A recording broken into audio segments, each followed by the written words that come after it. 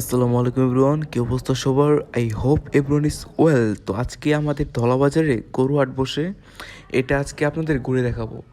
আর মাঠ দেখে বুঝতেই পারতেছেন যে এখানে কত লোকজন হয়েছে। এইখানে দেশি জাত বিদেশি জাত সব জাতের গরু আনা হয়েছে। আর দেখেন মানুষজনের সিরিয়াল দিয়ে দাঁড়া হয়েছে।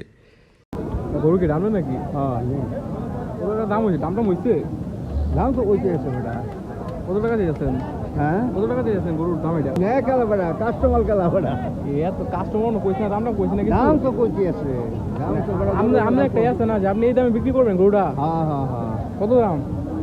দাম তো চাইতেছে বাবা। এখন তো আর মোলামুলি চাওয়ার দরকার নাই। মনে হয় 1,40,000 নাকি? সাইটে তো আছে 1,40,000, 1,30,000। এরমই 30 হলে বেশি চলবেন? 20 হলে বেচালাম। 20 হলে বেশি বিক্রি করবেন? হ্যাঁ, এটা কাকা আপনার নাকি? হ্যাঁ। এটার দামটা হয়েছে? দাম তো আমার আছে। এটা তো আরো বড় দি ওইটা থেকে। কত গেছেন? কোন কত দে ভাই? ভাই গুদা মারে দি। আপনার এটা তো 1,60,000 প্লাস নাকি? হ্যাঁ। এতক্ষণ দুই চাচার সাথে গরুর দাম নিয়ে দামাদামি করলাম। আর সাথে ছিল ছাগলের বাজার, দেখতেই পারতেছেন যে ছাগলের বাজারটাও ভালো জমছে।